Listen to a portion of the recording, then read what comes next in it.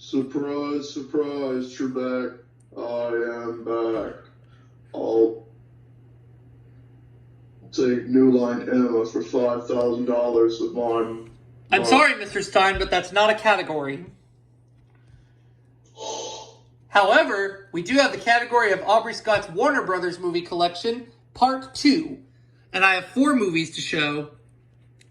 What are they, Jimmy? Well, we have Body Heat from 1981. I forgot who stars in that. Kathleen Turner and Richard Crenna and I think William Hurt. Next. The Boy Who Could Fly. Starring Jay Underwood. Yeah. We also have Richie Rich. Starring Macaulay Culkin, of course. And Born to Be Wild. All right. I believe Brett Renfro is in Born to Be Wild, if I'm not mistaken. Not sure. I'll have to do some research on that. But I can tell you for Part 3, we have 4 more movies to show. Are they in clamshell cases? Nope, they're in slipcovers. Ooh. We have Altered... Well, one of them is in a clamshell. One of them is. The rest are in slipcovers. One of them is Altered States. Next. Wildcats. Starring Goldie Hawn. Club Paradise. Starring Robin Williams. And The Mission. Starring Robert De Niro. Yes. So the first tape, as promised, is Altered States, or that's on. No, it's Body Heat. We're looking at the opening to Body Heat, which has your FBI warnings, Warner Home Video logo, a Warner Communications Company, Warner Brothers, a Warner Communications Company presents. Doesn't it have the LAD logo? Yeah, it does. So it had the Warner Brothers logo before the LAD Company logo. I don't remember seeing that on there before, but what do you know? What a great thing. It is. The LAD Company. Through Warner Brothers, a Warner Communications Company. Not only is the Warner Brothers logo shown, it also has the LAD Company logo. 2 logos on there. How about that? Now let's look at The Boy Who Could Fly. This is a reprint, obviously. Although The Boy Who Could Fly is not really a Warner Brothers movie, it's a 20th Century Fox movie. Right, presented by Lorimar, but Warner Home Video had the home video rights, apparently. And you have your Warner Home Video logo, which is the one we're all familiar with, that we grew up watching in the 90s. Even the 80s, too. A subsidiary of Warner Brothers Incorporated, a Time Warner company. But yeah, take a look at this right here. Lorimar Motion Pictures. And of course, Lorimar went defunct or bankrupt in 1993. Too bad. Oh well. Now on to Richie Rich with Macaulay Culkin. You could let a fella now open the door. Pew! And we have a preview on here for... And we have a preview on here for some episodes of The Adventures of Batman and Robin.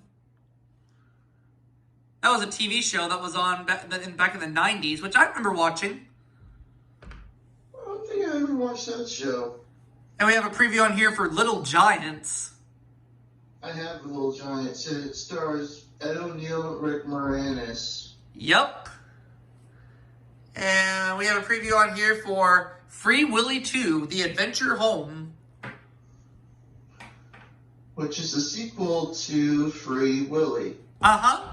And Free Willy is a really good movie. The second one I thought was decent, and the third I thought was just okay.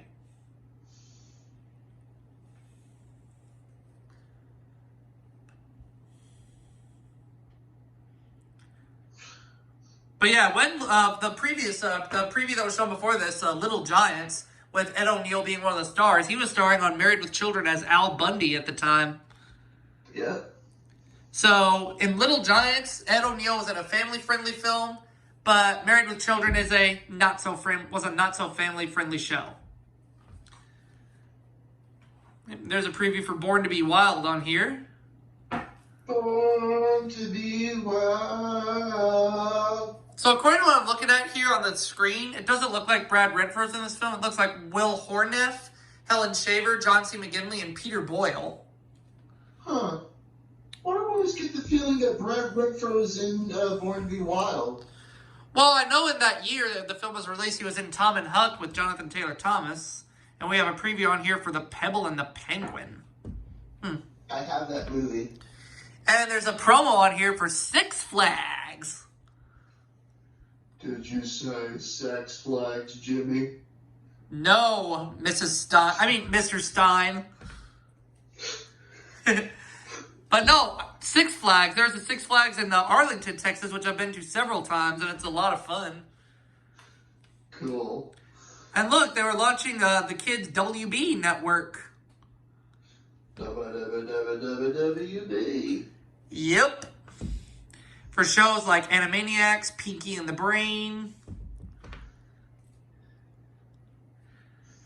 I don't know why, but every time I heard Brain talk, I know this wasn't his voice actor, but he sounded a lot like Jack Nicholson.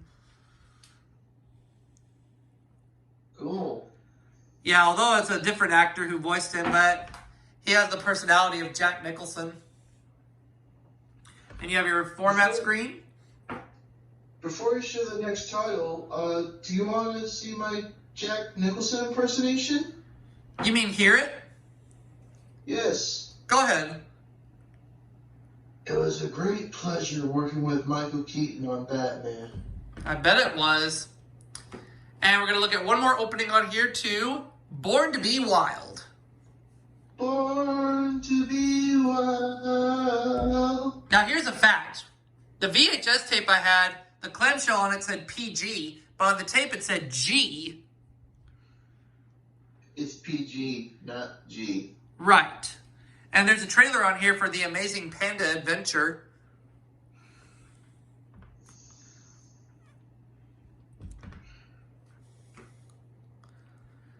Which I'm told was a pretty good movie. I haven't seen it in God knows how long, so I have to rewatch it. There's a trailer on here for A Little Princess, which I know Siskel and Ebert gave this movie 2 thumbs up.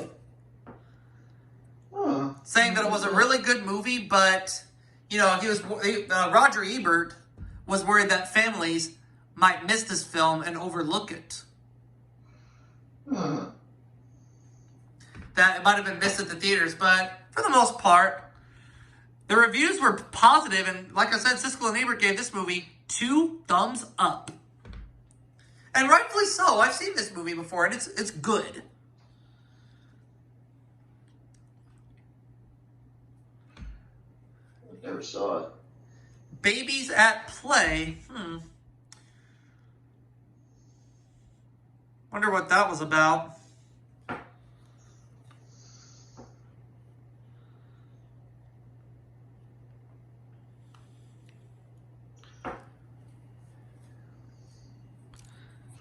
And there's a soundtrack, or there's a preview on here for Richie Rich, which we just watched the opening to.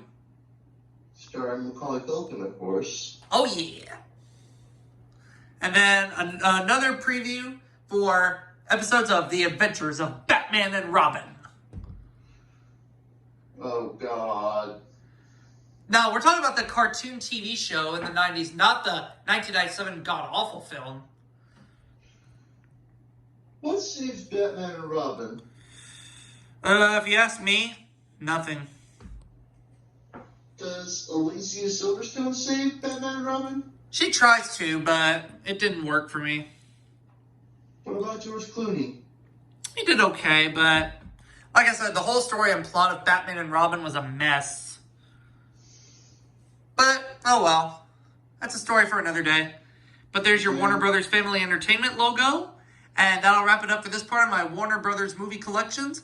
We'll see you all for part 3 soon. And that's all, folks.